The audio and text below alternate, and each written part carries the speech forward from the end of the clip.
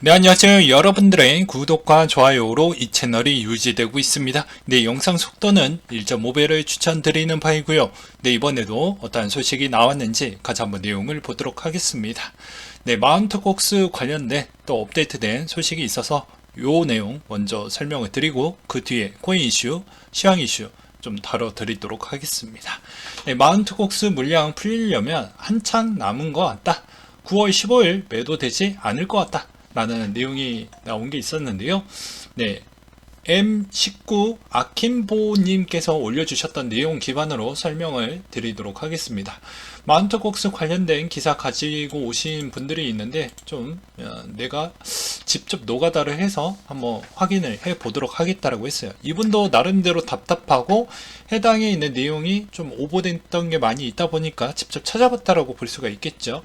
그래서 마운트곡스 홈페이지에 나왔던 내용을 그대로 번역을 이렇게 돌려서 보았더니 양도 시작 날짜가 9월 15일로 되어져 있고, 그리고 대부분 이 내용만 보고 15일 날 매도되는 거 아니냐 라고 그렇게 이야기가 나오고 있습니다. 그렇지만 이제 뒤에 내용을 보게 되면 양도를 허가되는 부분인데 피해자들의 보상에 이제 코인을 보내야 하는 시점에서 준비가 좀 덜 됐다 라고 보시면 될 것 같은데, 이 준비되는 이 과정이 과연 어느 시점에 풀릴 것인지 이게 아직까지도 확인이 안 된다라는 것입니다.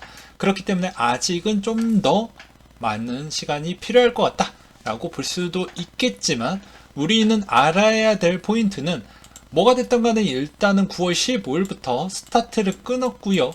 그 뒤로 이제부터 언제든지 물량이 많이 나오는 시점이 분명히 있다라는 것입니다. 그렇기 때문에 상당히 중요하게 볼 필요성은 있을 것 같아요. 아무튼 그 시점이 나오게 되면 엄청난 물량이 나올 수도 있겠지만, 일시적으로 그 시장이 흔들리는 부분은 어느 정도 우리는 좀 알고 계셔야 된다라고 말씀을 드리고 싶고요. 네, 그 다음으로 달러 인덱스 추이는 108.71을 기록을 했다라고 하는데요. 연준의 긴축 가속화 전망과 달러화 강세가 유지되고 있는 한편 ECB가 자이언트 스텝을 단행할 수 있다라는 내용으로 인해서 다시 한번 달러 인덱스 추이가 좀 쉬어가고 있다라는 것과, 금 가격 추이는 온스당 1712달러 선으로 마감을 보여주었다라고 하는데요. 긴축 정책이 가속화될 것이라는 전망됨에 따라 달러화 강세 국면이 지속되며 금 가격의 하락 요인으로 작용을 했다라고 합니다. 유가는 배럴당 89.55달러 선으로 마감을 보여주었다라고 하는데요.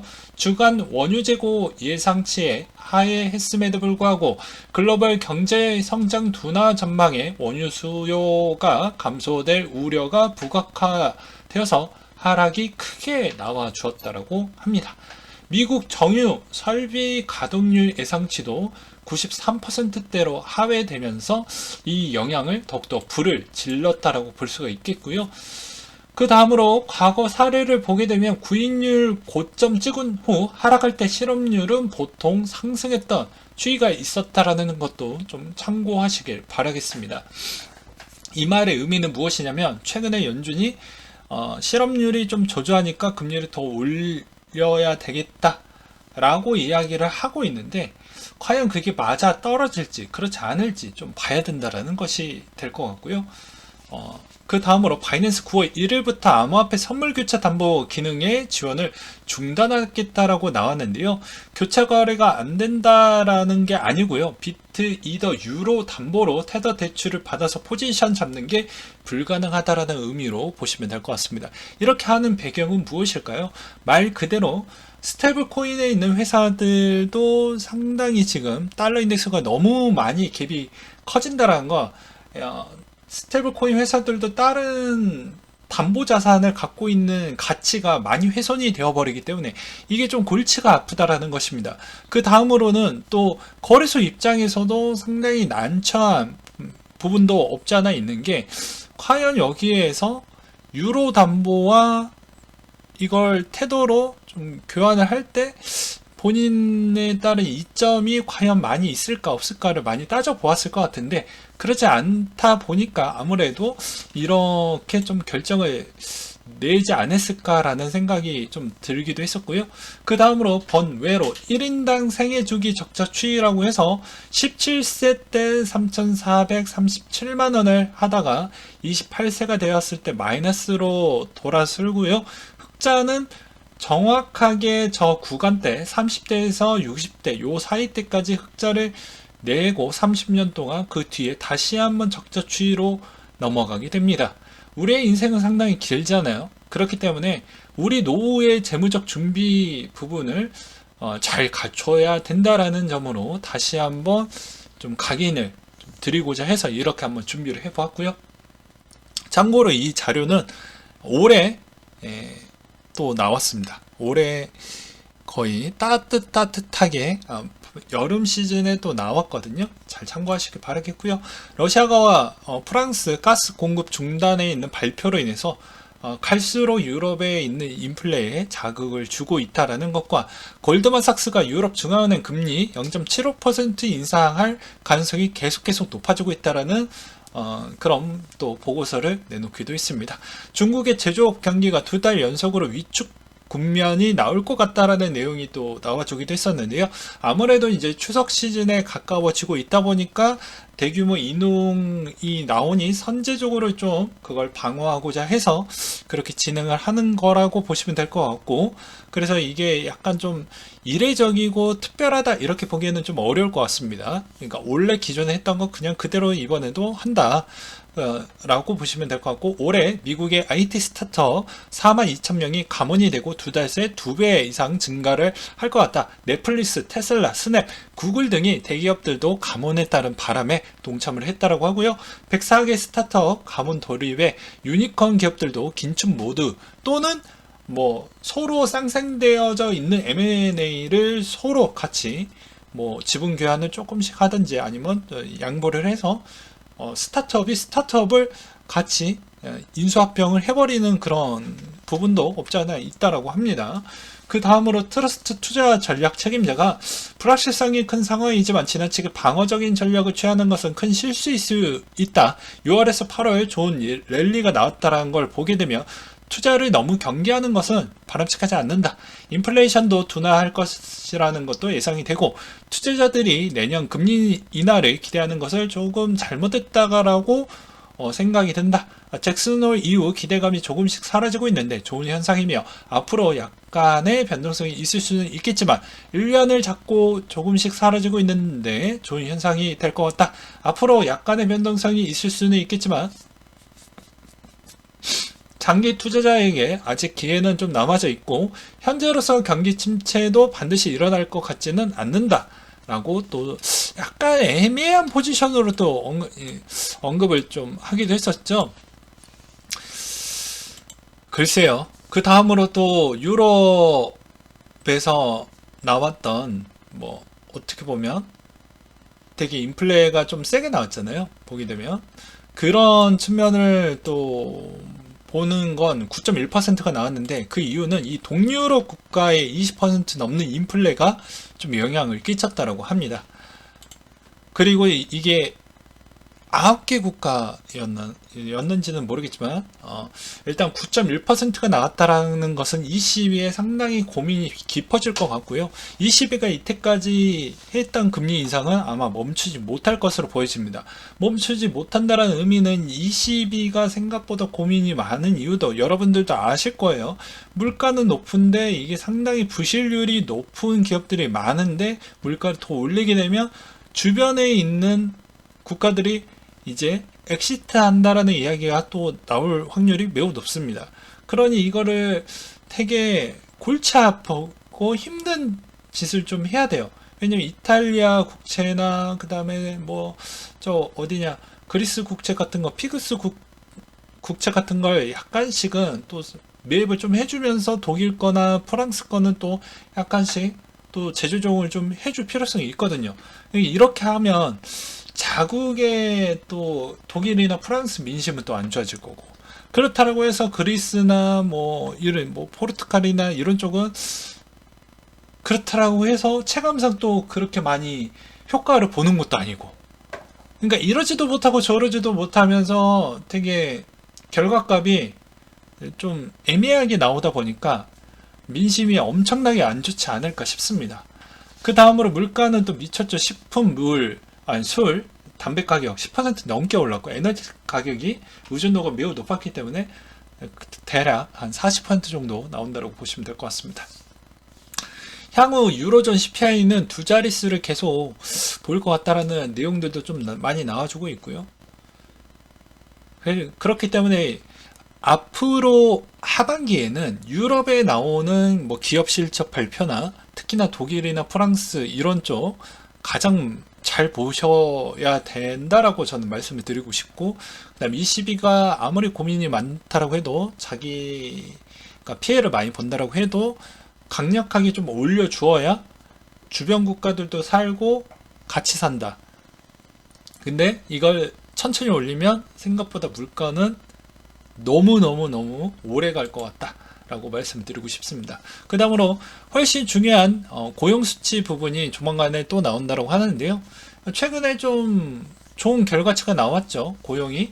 그래서 금리 인상하기에 뭐 적절하다 뭐 이런 이야기가 자꾸 나오고 있어요. 근데 이번에도 또 좋게 나온다고 하면 뭐 그럴 수는 있겠지만 이거는 좀 세밀하게 볼 필요성이 있다라고도 저번에도 말씀을 드리기도 했습니다. 왜냐 1인당 부업이나 사이드 잡을 또 들어갔던 부분도 있겠고요. 그 다음에 두 번째로는 오히려 이번에 코로나로 사망자 추이가 너무 급증을 하다 보니까 총 인원 수량이 줄고 오히려 좀 취업 수가 갑작스럽게 급격하게 올라가게 되면 총수량이 줄었으니까 더 높게 나올 수밖에 없잖아요. 그런 측면도 없지 않아 있겠고, 그 다음에 실질적으로 또 이민자 수가 생각보다 좀 저조했다라는 것도 좀 고려를 해볼 필요성도 있겠고, 여러 가지를 좀 봐야 되겠죠.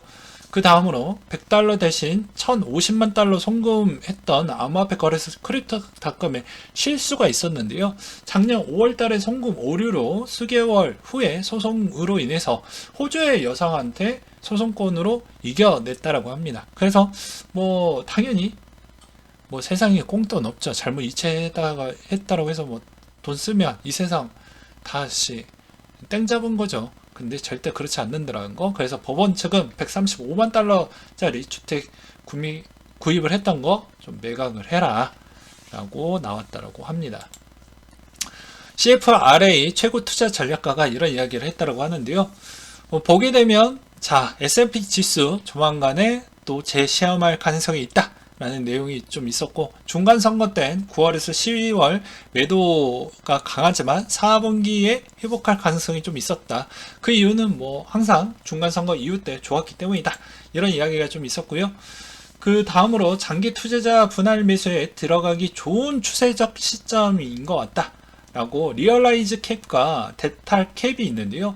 이 빨간색 선하고 노란색 선을 뜻하게 됩니다. 해당 위에 있는 그래프를 좀 보셨으면 좋겠고요. 여기에서 보게 되면 자 델타 캡이 실현 시가총액의 또 평균 시가총액의 뺀값입니다. 경험적으로 이 값이 시가총액에 겹쳐질 때 시장의 최저점인 경우가 좀 많이 있었다. 그렇기 때문에 이 점을 참고했으면 좋겠으며, 역사적으로 단기 투자자가 수익을 내지 못하고 손해를 볼 때 장기 투자자의 분할 매수를 진행하기 좋았던 데이터였다. 뭐 이런 이야기가 있었습니다. 그 다음으로 이더리움 알트코인이라고 해서 이더리움이 미결제 약정 비율이 나머지 알트코인의 미결제 약정 비율보다 올라갔었을 때 이더리움이 별로 좋지 않았던 때가 좀 많이 있었기 때문에 이 점을 좀 참고하셔라 라고 이야기가 나오기도 했었고요. 이더리움 시장 영향력이 기타 알트보다 더 커졌을 때는 하락이 나올 확률이 좀 높죠. 형님 죽으면 같이 죽는 건 마찬가지니까요. 그 다음으로 코인으로 결제할게요. 확산하는 디지털 화폐 결제. 미국 소매전 75% 결제 수용 의사가 있고 월바트도 적극적이다. 왜 그러냐? 그만큼 즉각 캐시가 곧바로 꽂히잖아요. 그 영향이 매우 좋고요. 그 다음에 카드 대비 수수료가 매우 좋으니까 이걸 적극적으로 받으려고 하는 거겠죠. 그렇게 저는 생각이 들고, 그 다음에 가장 중요한 웹 3.0 게임 서비스 유저의 40%가 봇이었다 라는 이야기가 나오고 있습니다. 약 20만 개 봇을 발견을 했다고 하는데요. BNB 체인 70%, 바이낸스 게임파이 플랫폼 55%, 최근 퍼포먼스 주목받고 있는 바이너리 X 42%, 뭐 요 정도가 된다고 합니다. 근데 여기서도 알 수 있는 점은 뭐 단순하게 보게 되면 보스의 비율이 떨어지는 게임은 아예 봇도 거들떠 보지 않는 게임이다. 너무 안 좋다. 이렇게 평가할 수가 있겠고요. 그 다음에 이제 두 번째로는 아무래도 봇이 아예 배제할 수가 없는 게 여전히 게임은 재밌어야 사람이 수작업으로 게임에 참여를 하는 것이지 재미없으면 당연히 봇을 돌릴 수밖에 없죠. 그 다음으로는 또 보이지 않게 봇을 돌리는 그런 커뮤니티 풀 쪽에서 강력한 길드들이 거기에서 결집해서 그렇게 캐내는 자가 있겠지만 여기서도 또 다른 측면으로 또 개발진 쪽에서도 돌리는 물량이 분명히 있을 것으로 보여집니다. 왜냐? 총 유통량 대비 이 물량을 어느 정도는 좀 맞춰주어야 되기 때문에 그런 것까지도 좀 고려를 해본다고 하면 그럴 수밖에 없겠고요. 또 좋은 쪽으로 만약에 해석을 해본다고 하면 뭐 이렇게도 볼 수가 있겠죠. 테스팅을 해보기 위해서 그랬다. 그리고 여러 가지 문제점을 좀 다채롭게 검토를 해보기 위해서 우리는 뭐 이렇게 좀 진행을 했다. 이렇게 좀 둘러댈 수는 있겠죠. 각자 한번 여러분들도 좀 생각을 해보시길 바라겠고요. 오늘 내용 이 정도로 준비를 했습니다. 네, 이상으로 마치도록 하겠습니다.